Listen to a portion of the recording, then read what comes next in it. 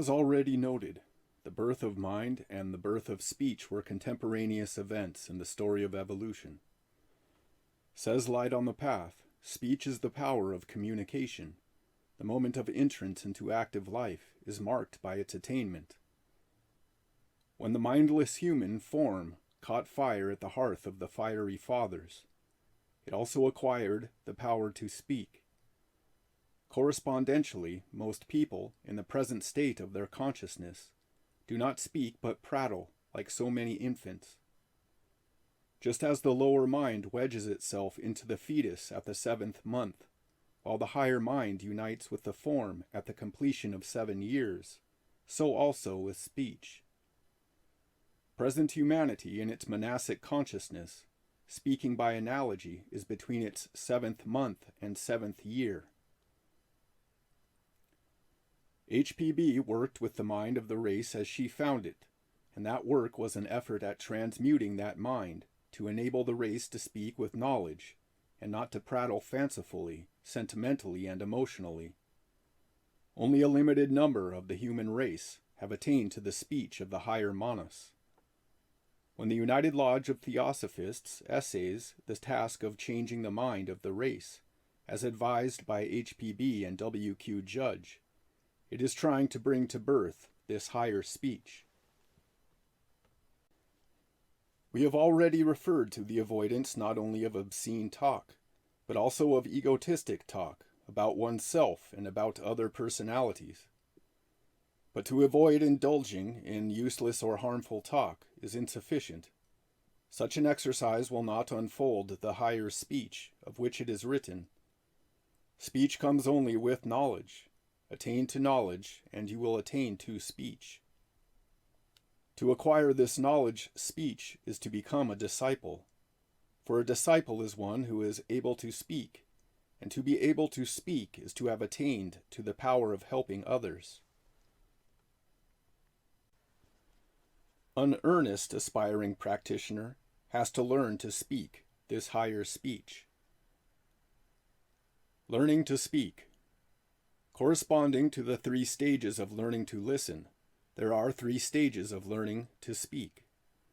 Having already referred to what not to utter, and without this abstention it is not only of no use whatever to try to acquire higher speech, but also dangerous, for it is to court sure failure. Let us turn to a study of what to speak and how we shall learn to utter the speech of the soul. 1. Learn to speak the teachings of Theosophy as recorded in the message. To enable those who so desire to do this, volunteers are invited to register their names for work on the ULT platform. None is persuaded to volunteer, much less coerced. 2. Learn to speak to other souls in the language of the soul. What is learnt at the lodge when practiced in life brings opportunities, daily and hourly, to give and receive help of a spiritual kind. To pass on what the inner ego has taught to us, in simple sincerity and sincere simplicity, is the 2nd stage. 3. Learn to speak as the channel of the great gurus, the elder brothers, the modern heirs and representatives of the ancient fathers, who sustain the institution of chelaship in the Kali Yuga. But remember, the tongue which speaks has a foe in the ears which are curious, which desire self-praise, which are open to the sounds of worldly humanity. The voice which enlightens and blesses needs the friendship of the listening ears. But of that voice it is written, before the voice can speak in the presence of the masters, it must have lost the power to wound. The first speaking. As an aid to overcome the worldly habit, so strongly ingrained, of speaking impulsively, without thinking, of speaking without rhyme or reason, because conversation must be kept up, and so on. The student is recommended to turn practitioner of the art of the higher speech. And as the very first step, let him learn to repeat spiritual ideas, metaphysical thoughts, and charge his brain memory with the words used by the teachers, so that the ideas enshrined in those words may be understood, mastered, and assimilated. Very many students who volunteer to promulgate Theosophy from the ULT platform recognize the service aspect of that task. They are teaching, helping, serving, a good concept, but an incomplete one, and withal one which is subtly dangerous. The pupil teacher should not overlook his pupil aspect. He is learning when he reads, when he explains, when he talks on the platform. He is purifying his speech. He is acquiring the right tone. He is learning the preliminaries of the occult art par excellence. Most students do not even suspect that occultism of the right kind can be learnt on the ULT platform. The subtle pride which accompanies the gift of gab parades in the handsome cloak of desire only to help and serve. The real way of testing one's own service on the platform is by examining the fidelity with which the teachings are repeated, not the fluency of speech and the beauty of diction, though these are valuable, but the ability to awaken the hearers to go in search of the teachings, repeated or explained, in the record itself. Secondly, in what proportion and to what extent is the right attitude of the platform held in life, hour by hour? One of the major ways of applying the teachings to oneself is by using them appropriately on every occasion. The masters point the way to us through the teachings. We should learn to find and walk the way by the aid of the teachings, and further, whatever help we desire to render should be given by pointing to the teachings. This is learning to speak. In this attempt, the aspirant finds that most often it is his tongue which speaks and not his heart. He repeats his head learning of Theosophy, for he has perceived the eye doctrine and has not adequately attended to the heart doctrine. His eloquence does not penetrate the hearts of others. They admire it. They are not awakened by it. His knowledge evokes praise of others, but does not set them a-searching the Scriptures. If the aspirant recognizes his limitations, he will practice his application of Theosophy to himself in a more strenuous and thorough manner. He will pay attention to the development of the second type of speaking. The second speaking. It is impossible to help others till you have obtained some certainty of your own. When you have entered the hall of learning, you will find there is a fount within you from which speech will arise.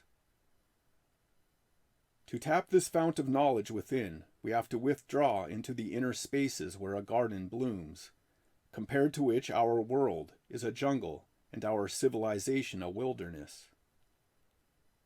The enemy who bars the way to that inner retreat is the lower personal self, whose power is symbolized in the phrase, the power to wound. Decent men and women, if they deserve the prefix gentle, which is applied as widely as it is inappropriately, do not wound the feelings or the flesh of others. But in occultism, the power to wound includes much that men value, not only in themselves but in others. The instinct of self-defense and of self-preservation is part of it. Brood over this statement, for it contains the main clue to the right practice. Consider it in conjunction with another. To have lost the power to wound implies that the snake is not only scotched, but killed. If our self-examination is intelligent, we will begin to scrutinize our tones of speech, not only on the platform but also in ordinary conversation. The two extremes glamour the student in this as in other fields of labor. A loud, strong, and powerful voice may carry us to one extreme, to be emphatic where emphasis is not necessary, to be crushing when we mean only to be emphatic, to be dictatorial when we mean only to advise or to direct, and so on. These are expressions of the power to wound. To all such, the advice is given: when you are strong, you are wrong. At the other extreme are spinster sissies, so sweetly sentimental, so gently soft, so meek and mild, that they are afraid to speak up, to raise their voice, to throw away their sing-song soporific notes. They fear to hurt the feelings of others, but fear is an aspect of hatred. Therefore here also is a manifestation of the power to wound. We have to learn not to be enamored with our own voice. Those who like to hear their own voice are centered in the lower, not in the higher, nature. We should be using speech for the sake of others. In daily self-examination, we should include some analysis of not only what we said, but how we said it, in conversation as from the platform. The tone used, the sound emitted, the note struck. These are as important as the words used. The inner ego is not able to whisper its message or even to strike a note, while the lower one is a mass of feelings, be they bad, rooted in the tyranny of lust, wrath, and covetousness, or be they good, rooted in personal affection, personal forbearance, personal charity, or affection, forbearance, and charity which satisfy one's own personality. While the mischief of evil feelings is easily perceived, that of good feelings is not. It is not against affection, forbearance, and charity that we are writing, but against their personal use and personal exploitation. Between righteousness and self-righteousness, there is the difference that exists between buddhi and kama, impersonal love and personal affection.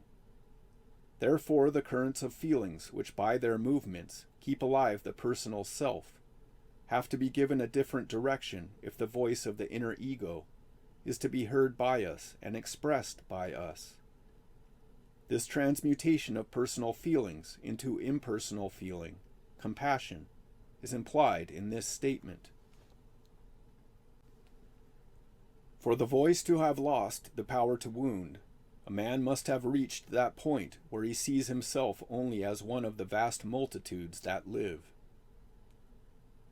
It is impossible to learn from our own inner ego while feelings rule the personal ego. Equally impossible it is to speak and render help of a spiritual nature when feelings rise and fall in us like waves, and their ebb and flow is ceaseless.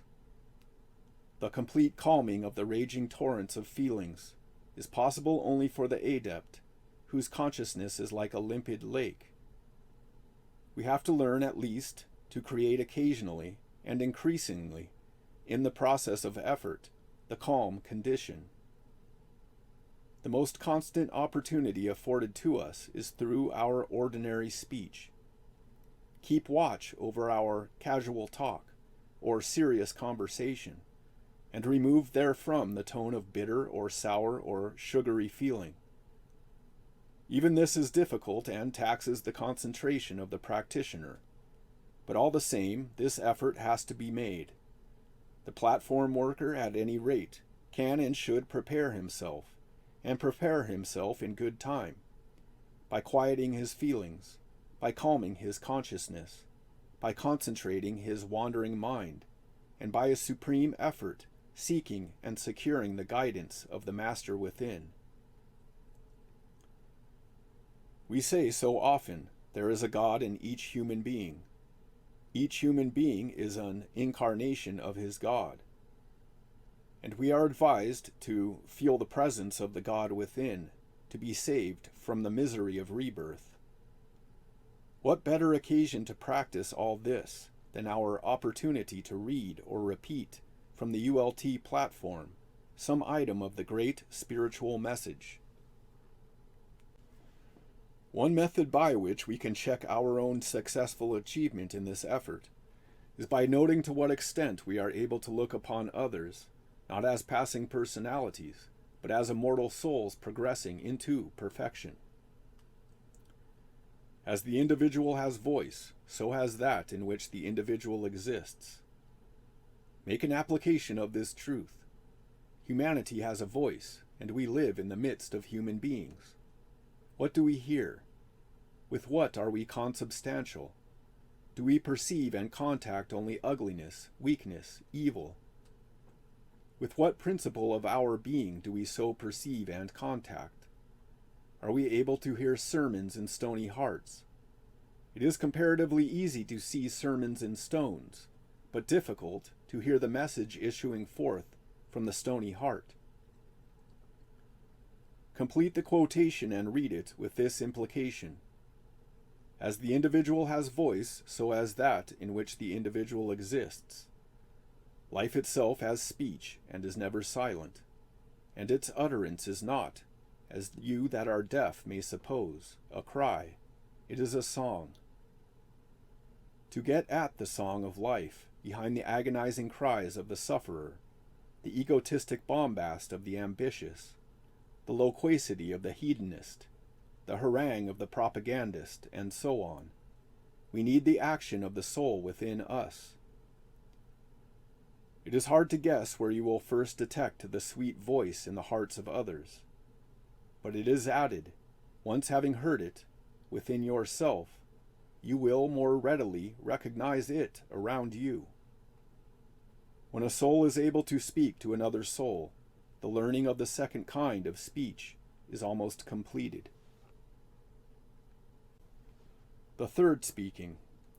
But in the process of acquiring this power of higher speech, and of overcoming the power to wound and the power to feel hurt, the neophyte finds himself in the hall of probationary learning, where under every flower is a serpent coiled. The chances of mistaking the psychic for the spiritual, the egotistic for the altruistic, are innumerable. We shall not repeat, for the ground has been gone over under the subheading, the third listening. The most potent factor which strengthens egoism is related to this mistaking the speech of the denizens of the lower astral for that of one's own inner ego, and more, for that of the presence of the divine astral. If because of his psychic makeup the aspirant readily sees colors and hears sounds, let him beware. The instruction from the inner ego does not reach the personal self readily and easily. Much less do messages from masters do so. The one sure test, for the beginner, the only test, is in remembering and applying this piece of wisdom already quoted. To have lost the power to wound implies that the snake, of self-reappearing in a finer form, is not scotched but killed. Self-reappearing in a finer form. This is a stage in the life of the probationary pupil. Soon or late, he will have to face this finer self. Subtle and insidious, he may overcome its wiles quickly, or he may take a long time. But it is a battleground on which he must fight, be the result failure or success. If he succeeds, he will feel the hunger within, and feeling it, he will cry for light. To ask is to feel the hunger within, the yearning of spiritual aspiration. Very many candidates feel the yearning, but struggle to escape from the prison house of pain. To be wounded because we have the power to wound. Therefore it is written, no voice penetrates to his inner hearing till it has become a divine voice, a voice which gives no utterance to the cries of self. And if the unwise aspirant tries to force his way and break into the circle of ascetics, dire consequences await him. It is said, if the demand of the neophyte is made without the complete purification, it will not penetrate the seclusion of the divine adept, but will evoke the terrible forces which attend upon the black side of our human nature. So, beware. The demand of the neophyte remains unheard until the voice in which it is uttered has lost the power to wound. When the purified probationer has brought the beast of self well under his control, he has another condition to meet. The divine give. They demand that you also shall give, before you can be of their kin. This law is discovered as soon as the disciple endeavors to speak, for speech is a gift which comes only to the disciple of power and knowledge. The spiritualist enters the psychic astral world, but he does not find there any certain speech, unless he at once claims it and continues to do so. Now from the very start, because of the great emphasis which Blavatsky and Judge laid on the service of orphan humanity, most student aspirants evince a keen interest in rendering service. But occultism refers to a different type of spiritual service, that mentioned in the above quotation. Appropriate to the requirement of the cycle of our humanity, the desire to help others is in manifestation. 1,001 institutions exist to help lame dogs over the stile. They are avenues for ordinary souls to realize the value of service and indirectly to learn the law of brotherhood and interdependence. But the type of service here referred to is of a very different nature indeed. The right to serve and to sacrifice accompany the acquisition of true spiritual knowledge. Chelaship implies special soul service, rendered by the aid of special soul wisdom. If the disciple's will is sufficiently resolute, his power of speech comes, a twofold power. If he is to exercise his new gift, he must use it in its twofold character. He finds in himself the power to speak in the presence of the masters, but he cannot send his voice up to the heights, where sit the gods, till he has penetrated to the deep places where their light shines not at all. Such a, quote, deep place cannot be found by ordinary devotees. They fail to perceive the existence of such deep places, even when they touch their boundaries. Often they passed by someone in the last ditch, their gaze fixed elsewhere. It is well so, for the ability to pull out almost lost souls from that last ditch depends upon special knowledge, without which the helper himself is likely to lose his foothold and be smirched with the filth of that awful ditch. Therefore the pupil has to learn how to ask for special knowledge. Those that ask shall have, but though the ordinary man ask perpetually, his voice is not heard, for he asks with his mind only, and the voice of the mind is only heard on that plane on which the mind acts. To acquire heart wisdom, we must ask with the heart soul, the higher feeling, akin to that which the newborn babe feels for its mother nourisher. There is in that babe the instinctive capacity to suck nourishment and a complete trust in the mother. There is mutual understanding between mother and child, and this is true even of animal mothers and their young, corresponding to which there is the mutual compact between the learning chela and the teaching guru. The former encounters his equals, men of his own selfless character, and with them his association becomes permanent and indissoluble, because founded on a vital likeness of nature. To them he becomes pledged by such vows as need no utterance or framework in ordinary words. It is of this esoteric body that H.P.B. wrote, "The esoteric section is not of the earth, earthy." The culminating act which brings to the successful probationer the right to ask for and possess real knowledge is thus described in Light on the Path, and be it noted that knowledge not only flows unto him, but flows in with such a momentum that it passes on to the deep places where their light shines not at all. In claiming the power of speech, as it is called, the neophyte cries out to the Great One who stands foremost in the ray of knowledge on which he has entered, to give him guidance. When he does this, his voice is hurled back by the power he has approached, and echoes down to the deep recesses of human ignorance.